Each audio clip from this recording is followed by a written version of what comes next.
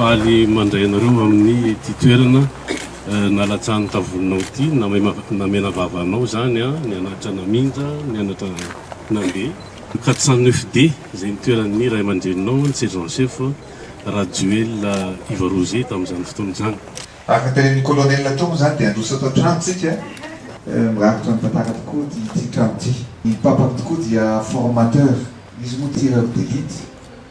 dia nanao ny formation na resaka tira teto amin'ity akademie miaramila ity.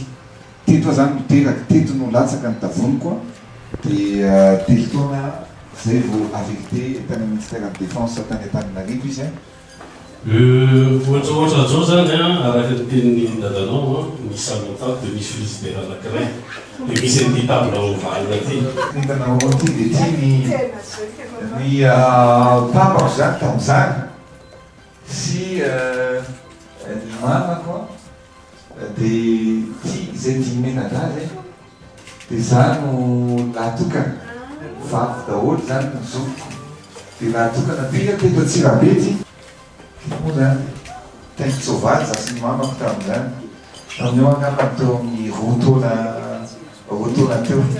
dia ty moa ny papako zany tamin'izany tamin'ny 1960 dia nanao formation izy maramila tany a Rennes tany a France. Reto koa le kiay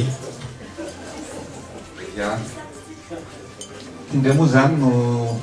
nisariko tamin'izany nanao karaté zany nataon'ny zareo tato misaotra anareo no karakara satria surprise amiko le izy fa le sary fantatro dia mitantara zany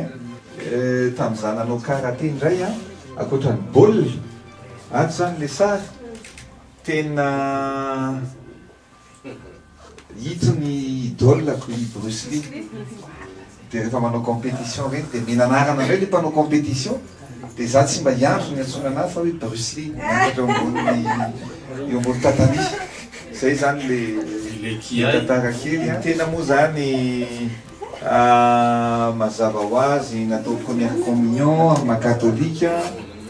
dia eo koa moa zany ny sary dia ato ny sambandray aman-dreny dia reto akanjony dadanao sy mamanao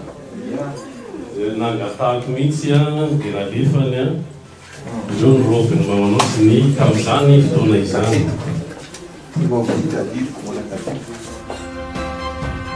Tsika moa ty tantary ary mahafinaritra ny mamelomelinao an-tsaina hoe matompona andraikitra lehibe an'ny foloalindahy eto napetraka tato ary efa tao anaty le famitrahana ny discipline izay teraka teto amin'ity toeran'ity dia misaotra sy mankasitraka anareo namelona ny tantara indray ao anatin'izao zavatra rehetrarehetra anareo tompona andraikitra rehetra.